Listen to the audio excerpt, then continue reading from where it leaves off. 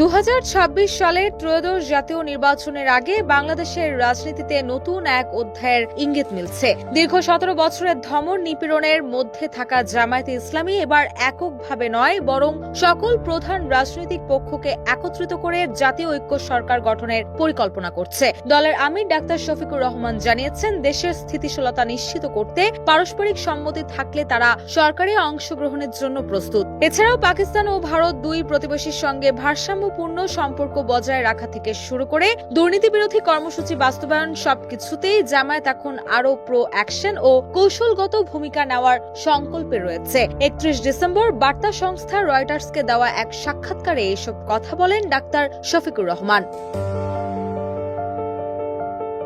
তিনি বলেন, আমরা অন্তত 5 বছরের জন্য একটি স্থিতিশীল দেশ চাই। জামায়াতে ইসলামী ইতোমধ্যে কয়েকটি দলের সঙ্গে আলোচনা করেছে। দলগুলো যদি ঐক্যবদ্ধ হয় তাহলে আমরা একসঙ্গে সরকার পরিচালনা করব। সম্প্রতি জাতীয় নাগরিক পার্টির সঙ্গে নির্বাচনী জোট করে দলটি ব্যাপক আলোচনার জন্ম দেওয়ার কয়েকদিন পর এই সাক্ষাৎকার দেন তিনি।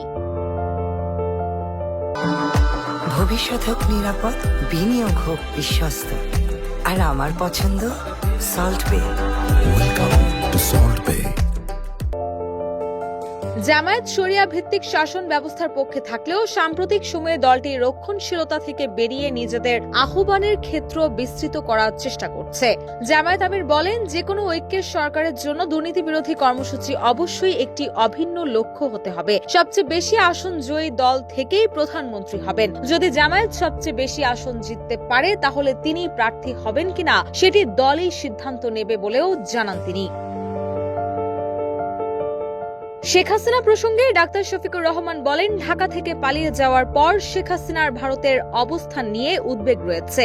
তার পতনের পর দুই দেশের সম্পর্ক কয়েক দশকের মধ্যে সর্বনিম্নে পৌঁছেছে। দক্ষিণ এশিয়ার সবচেয়ে ক্ষমতাধর ও হিন্দু সংখ্যাগরিষ্ঠ দেশ ভারত শেখ হাসিনার সঙ্গে ঘনিষ্ঠ কর্ম সম্পর্ক গড়ে তুলেছিল, যার ফলে দুই প্রতিবেশী দেশের মধ্যে ব্যবসা ও বাণিজ্যিক সম্পর্ক সম্প্রসারণের সহায়তা করেছিল। এদিকে বাংলাদেশে পরবর্তী সরকার গঠন করতে পারে এমন সব দলের সঙ্গে যোগাযোগ বৃদ্ধির চেষ্টা করছে ভারত। দিল্লির এই তৎপরতার মাঝে চলতি বছরের শুরুর দিকে জামায়াতের আমির ভারতীয় একজন কূটনীতিকদের সঙ্গে বৈঠক করেন বলে নিশ্চিত করেছেন। তিনি বলেন, অন্যান্য দেশের কূটনীতিকরা যেখানে প্রকাশ্যেই তার সঙ্গে সাক্ষাৎ করেছেন সেখানে ওই ভারতীয় কর্মকর্তা বৈঠকটি গোপন রাখার অনুরোধ করেন। তবে ডাক্তার শফিকুর রহমানের বক্তব্যের বিষয়ে জানতে চাওয়া হলে ভারতের পররাষ্ট্র মন্ত্রণালয় তাৎক্ষণিকভাবে কোনো মন্তব্য করেনি বলে জানিয়েছে রয়টার্স। পাকিস্তানের সঙ্গে জামায়াতের ঐতিহাসিক ঘনিষ্ঠতা সম্পর্কে জানতে চাইলে শফিকুর রহমান বলেন, আমরা সবার সঙ্গে ভারসাম্যপূর্ণ সম্পর্ক বজায় রাখি।